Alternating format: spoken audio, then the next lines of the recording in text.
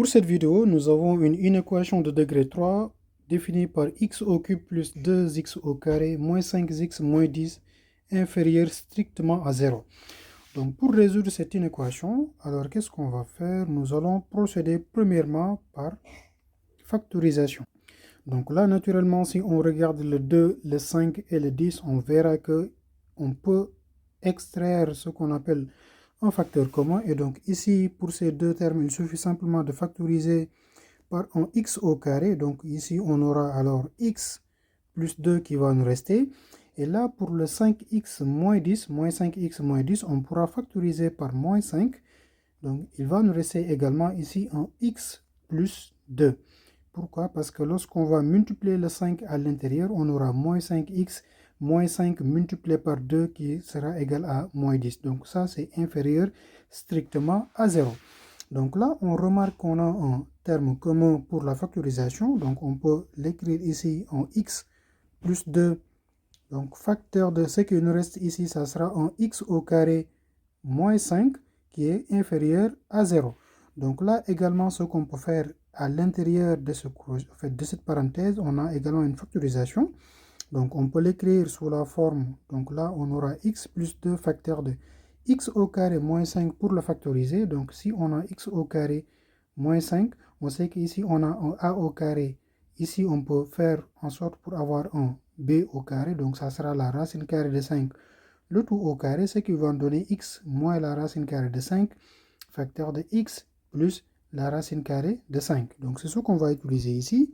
On aura alors x moins la racine carrée de 5, facteur de x plus la racine carrée de 5 qui est inférieur à 0.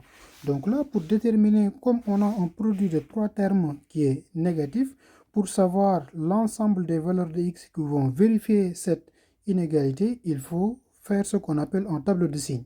Et pour faire un tableau de signes, on va intuitivement poser l'ensemble des termes comme étant égal à 0, c'est-à-dire que le x plus 2, il sera égal à 0. Dans ce cas-là, on aura x qui est égal à moins 2, c'est-à-dire pour déterminer là où ces termes-là s'annulent.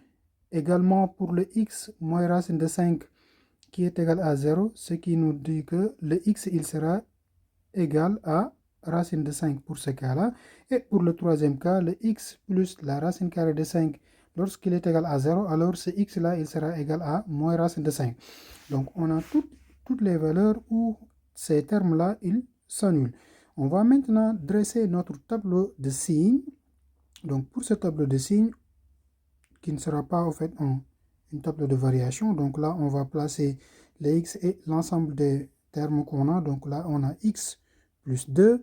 Ici, nous avons le x moins la racine carrée de 5. Et là, on a le x plus la racine carrée de 5. Et en bas, on aura le produit. Donc, on peut l'appeler le p de x. Donc ici, comme le p de x, c'est quoi? On peut le définir comme étant égal à le produit de l'ensemble de ces facteurs-là. Donc, il sera négatif. Et là, on peut placer les valeurs et on sait que moins racine de 5 est inférieur à moins 2 qui est inférieur à racine de 5. Donc ici, on va placer notre 2 et là, on pourra placer notre racine de 5 pour les bornes donc, de la droite réelle plus l'infini et moins l'infini et plus l'infini. Donc là, qu'est-ce qu'on va regarder? On va regarder pour chacun de ces termes de notre produit, là où il s'annule. Donc ici, le x moins 2, il s'annule à ce niveau. Le x moins racine de 5 s'annule à ce niveau. Et le x plus racine de 5 s'annule à ce niveau.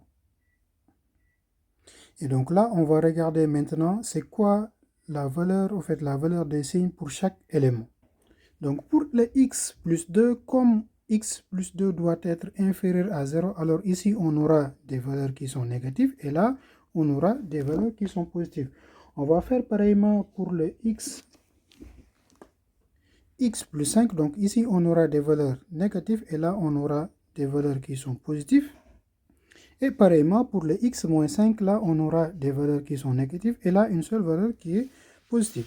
Donc là, on va regarder le produit de l'ensemble de nos expressions. Donc ici, on va regarder le produit des signes de x plus 2, x moins racine de 5 et x plus racine de 5.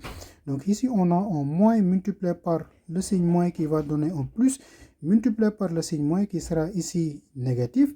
Là, on a moins fois moins qui est positif, multiplié par le plus qui sera positif. Et là, on a le plus multiplié par le moins qui est négatif, multiplié par le plus qui sera négatif ici. Et là, plus, donc qui sera positif. Et ici aussi en bas, on peut retrouver donc l'ensemble des valeurs qui annulent notre expression. Donc là, nous l'objectif c'est de regarder quand est-ce que notre produit P est négatif, c'est-à-dire que quand est-ce que notre produit P est inférieur à 0.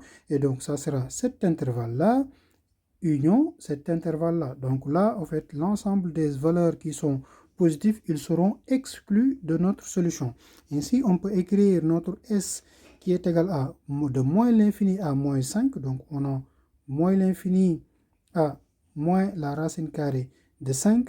Donc comme l'inégalité est stricte, on va ouvert au niveau de la racine carrée de 5. Union maintenant, donc l'intervalle également, moins 2 jusqu'à plus la racine carrée de 5. Donc on peut mettre ici en plus si on veut. Et donc là, ce sont l'ensemble de nos solutions qui va vérifier notre inéquation x au cube plus 2x au carré moins 5x moins 10 inférieur à 0. Donc c'était tout pour cette vidéo dans votre chaîne YouTube MathPSW. N'hésitez pas à partager la vidéo et la liker donc pour permettre à vos camarades de découvrir la chaîne où on va faire les mathématiques qui sont plutôt faciles.